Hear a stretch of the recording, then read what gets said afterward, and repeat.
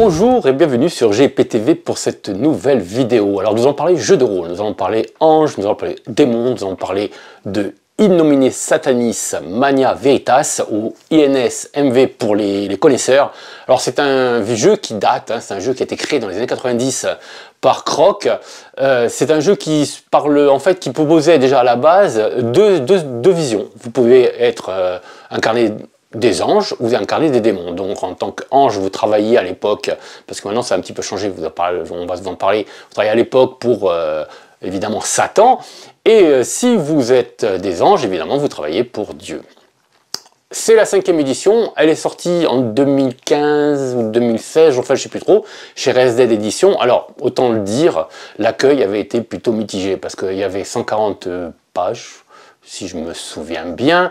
Le bouquin coûtait 40 balles, ce qui n'était pas négligeable pour un bouquin de 140 pages, et à l'intérieur il y avait pas grand chose, c'est-à-dire il y avait juste un nouveau système de jeu, qu'on va voir aussi ici, mais très peu de choses sur ce qui s'est passé, ce qui a créé ce grand reboot en fait, c'est-à-dire cette nouvelle façon d'appréhender le jeu, c'est-à-dire que vous êtes complètement coupé, la ligne a été coupée avec Dieu, la ligne a été coupée avec Satan, les anges et les démons sont paumés sur terre, livrés à eux-mêmes, et ils doivent se débrouiller comme ça. Donc le bouquin, vraiment, il avait été accueilli de manière assez mitigée, ça ressemble plus à un supplément de contexte avec un supplément de règles, puisqu'il n'y avait que autre chose. Donc, Res Dead Edition, ça leur a servi de leçon, puisqu'ils ont appris, puisque évidemment, ils proposent 7 ans après, oui, même plus, enfin je ne sais plus, enfin quelques années après, voilà, on va résumer comme ça, une édition révisée. Alors là, ça n'a plus rien à voir. Déjà, la pagination, c'est celui-là, voilà, je vous le montre, pof, il est là, voilà. La pagination, c'est 200 pages, déjà il y en a quand même 60 de plus.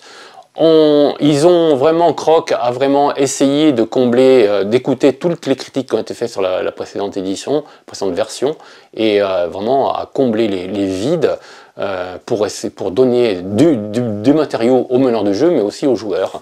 Et il a rangé un petit peu alors les règles tenaient en 2 pages, ici c'est un peu plus, vous allez voir qu'il y a plus de pouvoir, il y a plus de compétences, bref. On va jeter un petit coup d'œil. Pour les détracteurs de cette 5e édition vont pouvoir se faire peut-être un avis à travers ce feuilletage. Je les encourage aussi à découvrir le jeu d'une nouvelle manière. Bon, si vous aimez INS-MV, forcément, ça va peut-être vous interpeller et ça va peut-être vous faire revenir vers ce jeu. Bon, à tout de suite pour ce feuilletage express. Je ne vais pas vous retenir plus longtemps. De Génération perdue, édition révisée de INS-MV. À tout de suite pour le feuilletage express. On se retrouve donc devant INS-MV, la version édition révisée de Génération perdue. Alors c'est un format économique. Alors la bonne nouvelle, c'est qu'il y a plus de pages et il est moins cher, il coûte 35 €, donc c'est déjà 5 € de moins, 5 € de gagné, et il y a plus de pages, donc c'est sûr que déjà la critique comme laquelle on disait, oui le jeu, ce bouquin, il est vraiment très cher pour le peu de pagination, déjà c'est un petit peu rattrapé, donc je vais bien le placer pour que vous puissiez bien voir un petit peu de quoi il s'agit. Alors la couverture, alors ils ont changé la couverture, à l'intérieur ils ont gardé la couverture d'origine, celle de la première édition, voilà. Le sommaire.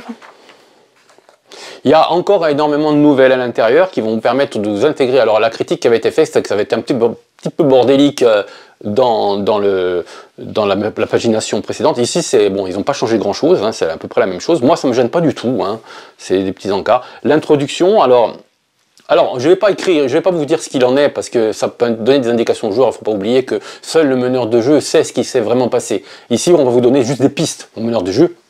Le meneur de jeu va avoir quelques petites pistes qu'il va pouvoir exploiter pour savoir ce qui s'est vraiment passé, mais les joueurs n'ont pas à le savoir, évidemment.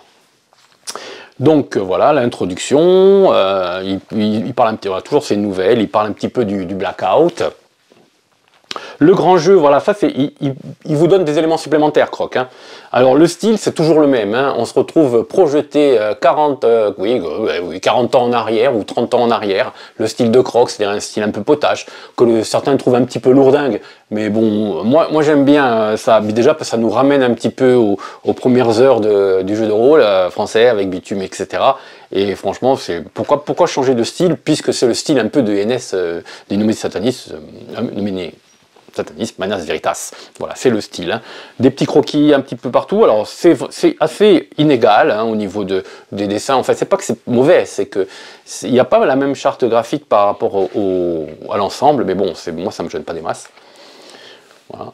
Les bases du système de jeu, alors là c'était la différence, bon c'était déjà le cas dans la première édition de cette 5e, le dé 666, ce n'est plus, comme, si vous vous rappelez à l'époque, c'était le premier dé c'était les centaines, le deuxième dé c'était les dizaines, le troisième dé les unités, il y avait une table de résolution, c'était un petit peu plus alambiqué, ici c'est super simple. Voilà.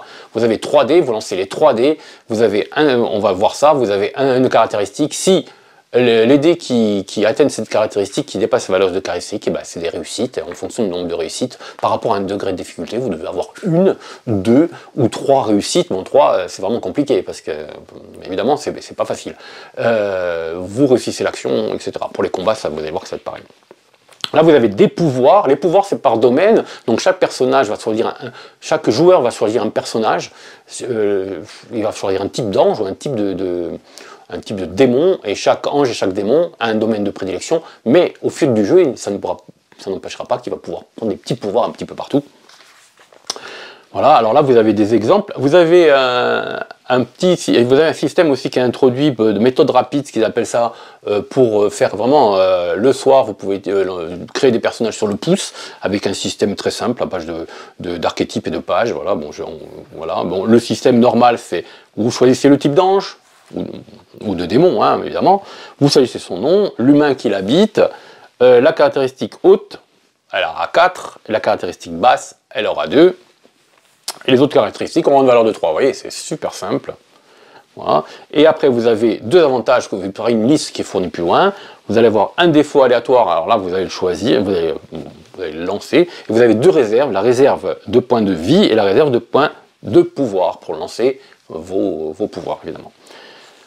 L'ange de Christophe, vous avez des petits exemples, voilà, vous avez l'ange de Daniel, l'ange de Dominique.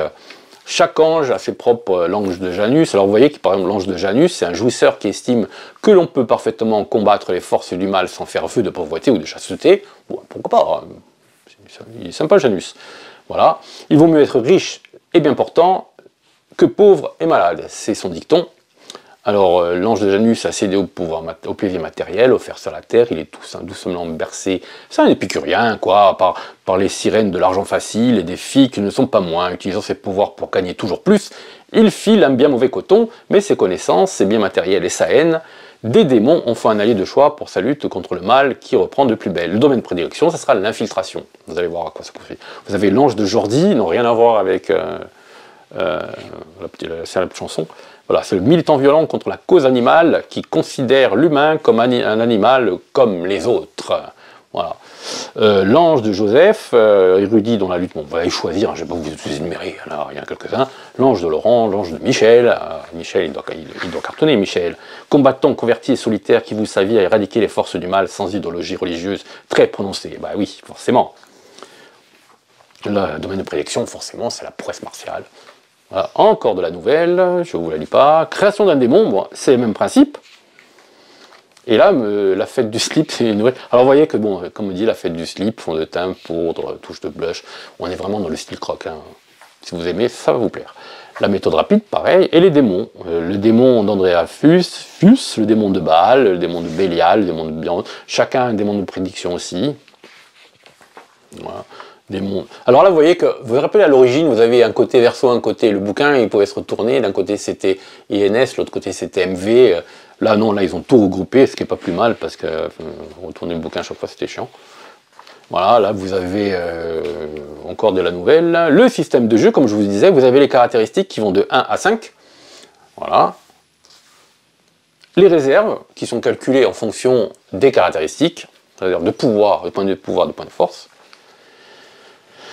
Un petit rappel sur ce qui s'est passé, et là, pendant le blackout, voilà, vous avez un petit explicatif, alors là je ne vais pas le détailler, on va passer vite parce que ça ne concerne que le mode de jeu, mais ça rattrape un petit peu, enfin ça essaie de combler les vides de la précédente édition, et ça vous donne quelques petites pistes. Vous voyez qu'il y en a quand même pas mal, hein. Alors les états, ça c'est pas mal, moi j'ai trouvé ça pas mal les états. Vous pouvez être dans le coffre, alors là ça n'a aucun intérêt, hein. Vous êtes dans le coffre de la voiture, enfin il compare comme ça, dans le coffre de la voiture, vous pouvez rien faire, hein, vous êtes dans le coffre, c'est le personnage qui est votre hôte, qui commande, qui fait tout, mais vous avez un statut intermédiaire, qui est le statut normal en fait, vous êtes sur la banquette arrière, je crois qu'ils disent sur la plage arrière, pourquoi la plage? Moi j'aurais mis sur la banquette, c'est plus sympa. Donc vous pouvez influencer, vous êtes très conscient de ce qui se passe, vous pouvez influencer votre hôte. Alors vous ne pouvez pas utiliser tous vos pouvoirs, vous pouvez utiliser que quelques-uns, vous pouvez utiliser vos caractéristiques physiques aussi. Certains, vous allez voir plus loin, certains pouvoirs peuvent être utilisés même quand vous êtes sur la plage arrière. Par contre, vous pouvez être au volant. Alors là, au volant, vous prenez le contrôle de l'hôte, et là, vous devenez carrément l'ange ou le démon, vous apparaissez aux autres, etc. Et ça se négocie avec le meneur de jeu. Il n'y a que quelques raisons qui vous font mettre que vous passez, là vraiment, quand vous êtes en danger, quand vous voyez quelque chose qui vous répulse, quand vous voyez quelque chose que vous avez envie d'acquérir de plus, enfin bref, là, à ce moment-là, vous pouvez passer carrément, vous pouvez prendre le volant de l'autre et là vous pouvez utiliser tous vos pouvoirs et vous va péter la baraque, etc. Donc vous voyez qu'il y a un système qui est fait avec un petit peu d'échange avec le meneur du jeu qui ne lance jamais les dés dans ce jeu. Hein. Un échange avec le meneur du jeu qui va vous dire oui, là tu peux vraiment, oui tu peux passer. Ou alors même ils vont vous le dire. Hein. Non, bah là, attends, ce qui se passe, tu peux pas rester quand même sur la plage arrière. Il faut que tu interviennes, hein. Faut que tu lui montes la gueule à cet ange, quoi. Voilà. En gros, c'est ça. Voilà. Là, vous avez des exemples. Un petit dessin, voilà, vous avez plein d'exemples, plein de petites nouvelles. Le dé 166, alors vous voyez que les succès, facile. Vous lancez vos 3 dés, si un des dés atteint la caractéristique, bah, vous avez un succès, 2 succès, 3 succès en fonction de la difficulté. On vous avoue, bah, le meneur de jeu il va dire, il m'en faut 1, il m'en faut 2, etc. 3, ça devient compliqué. Voilà, vous avez des avantages et des désavantages qui vous permettent de relancer un dé. Voilà. Les graines de l'espoir, toujours ces nouvelles. Les types d'actions, alors là vous avez un petit détail, alors là ils ont un peu détaillé le système de jeu, bon pour les joueurs expérimentés ça ne va pas leur apporter énormément de choses, mais vous avez plein d'indices par exemple, se déplacer en silence, se cacher, surprendre un être humain normal, bah, c'est facile quand même pour un mieux, vous êtes un ange ou un démon, hein, c'est facile, passer inaperçu aux yeux d'un gardien ou d'un militaire en patrouille, bah, c'est moyen, se cacher d'un animal ou d'un être surnaturel, bah, là c'est difficile.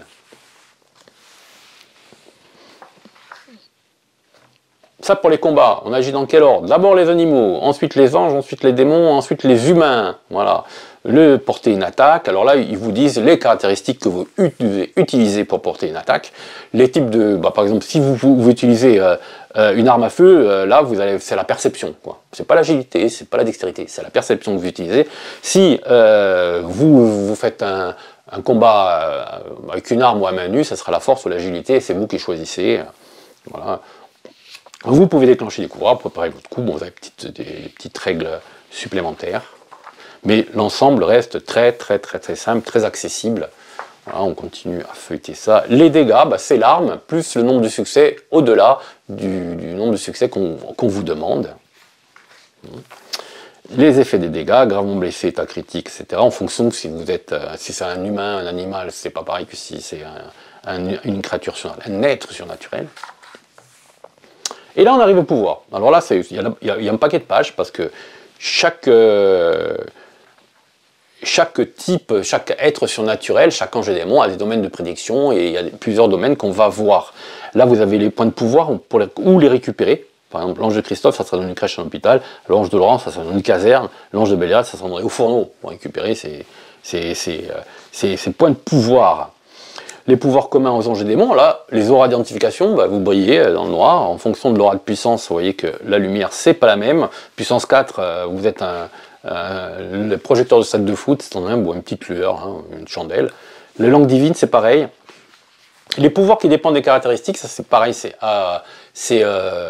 uniquement, c'est pour les anges et pour les démons, c'est pour les mêmes. Donc en fonction de la caractéristique, de votre force caractéristique, vous allez par exemple, pour force 4, il vous choisir un D2, ou coriace ou point de fer. Si vous avez force 5, vous allez choisir destruction en plus. Voilà, donc vous allez avoir un D2 plus ça.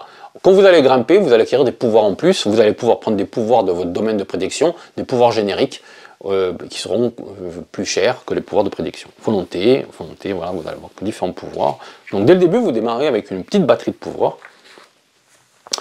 Voilà, les auras, les listes de domaines, et là vous avez les listes de domaines. Alors vous voyez qu'il y en a quelques-unes qui sont évidemment en rapport au domaine de prédilection que vous avez un peu plus en avant. Voilà. Et en fonction, chaque domaine a 5 niveaux de pouvoir, 5 types de pouvoir. Voilà. On démarre évidemment, on peut voir que le numéro 1. Voilà. Et après, bon, au fur et à mesure que vous grimpez, vous acquérez un nouveau pouvoir. Voilà, vous avez une longue maladie, la dégénérescence, un autre pouvoir, un autre domaine de pouvoir. Ça va de petit bobo à maladie. Voilà. Dévotion céleste, exorcisme, écu ardent, force. Ah, tiens, bon, je passe, il y en a une tonne, hein, infiltration. Hein. C'est le domaine de pouvoir de Janus, de l'ange de Janus, comme on a vu. Instinct animal, le jugement divin, nécromancie. Alors vous voyez qu'il y a beaucoup de pages de pouvoir. On reste dans le livre de règles, hein. Vous voyez que on est déjà à la page 83, on n'a pas abordé quoi que ce soit d'autre. Les avantages, vous voyez qu'au début, quand vous allez tirer votre personnage, vous avez 2 avantages que vous pouvez choisir dans toute cette liste d'avantages, qui augmentent parfois vos caractéristiques, bref. Vous les défauts, alors vous lancez un dé, et hop, vous lancez d'abord un D6, après un autre D6, et vous avez le défaut aléatoire que vous allez devoir supporter. Alors, des nouveaux pouvoirs, voilà.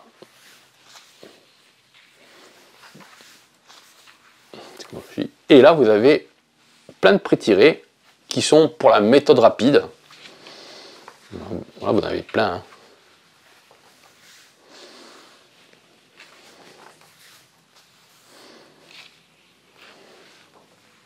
Alors certains sont au volant, certains sont sur la plage arrière. La plage arrière, au volant.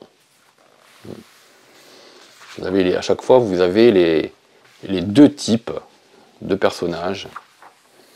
Celui au volant et celui sur la plage arrière.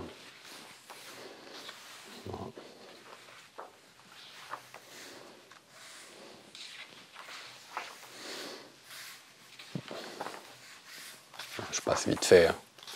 Ça sert à rien de s'attarder.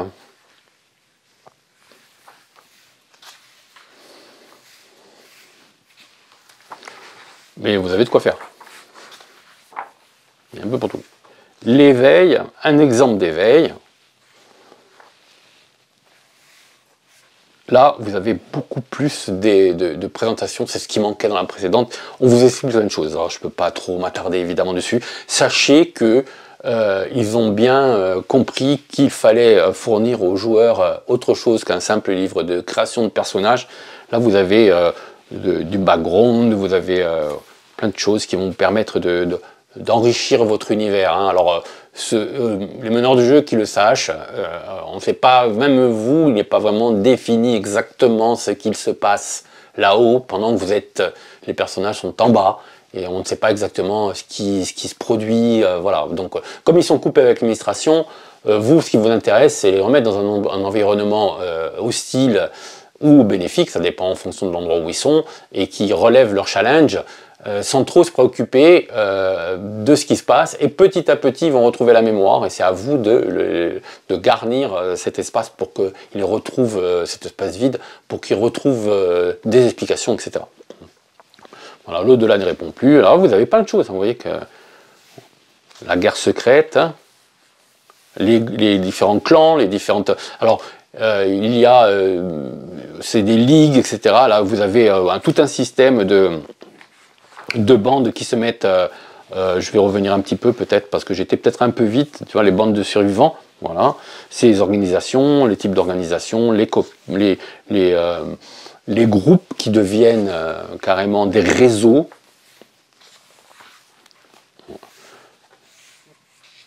Que sont-ils devenus? Voilà, vous avez plein de petites choses en plus. Hein. Très difficile de m'attarder là-dessus sans trop en dévoiler. Hein. Les adversaires. Alors, vous avez des PNJ. Des types d'anges, des PNJ type d'anges, les démons, les nouveaux avantages qui ont été ajoutés par rapport au précédent.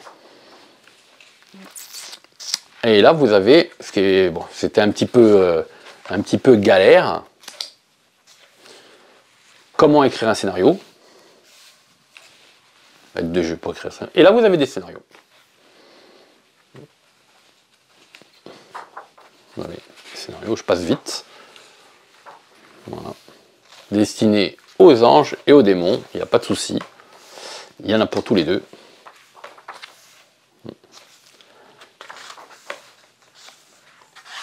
Voilà.